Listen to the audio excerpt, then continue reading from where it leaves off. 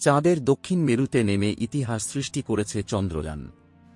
এবার নয়া ইতিহাস রচনা করার নীল নকশা প্রস্তুত করছে ইসরো। মঙ্গলয়ানের আগে মঙ্গলের কক্ষপথে প্রবেশ করে নজির গড়েছিল, কিন্তু এবার আরও উচ্চাকাঙ্ক্ষী ভারতীয় মহাকাশ গবেষণা সংস্থা। তারা মঙ্গলয়ান-2 পাঠানোর পরিকল্পনা করছে। লক্ষ্য লালগ্রহের রুক্ষ মাটিতে রোভার ও হেলিকপ্টার নামানো।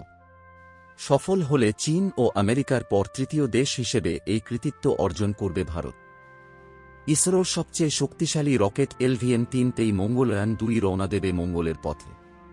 কেবল মঙ্গলের মাটিতে নামাই নয়, ইসরোর রোভার যেভাবে সেখানে নামবে বলে পরিকল্পনা করা হচ্ছে তাও অভিনব।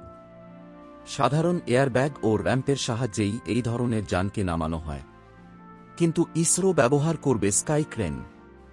এই পদ্ধতিতে অবতরণ হবে আরও নিরাপদ। নাসার পারসেভারেন্স রোভারের অবতরণকে মাথায় রেখেই এই পরিকল্পনা করা হচ্ছে।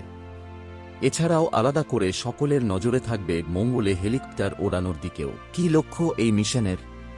কেবল গুরুত্বপূর্ণ বৈজ্ঞানিক তথ্য সংগ্রহই নয়, প্রতিবেশী গ্রহটিতে আগামী দিনে আরও বড় অভিযানের ভিত্তিপ্রস্তর স্থাপন করাও লক্ষ্য ইসরোর।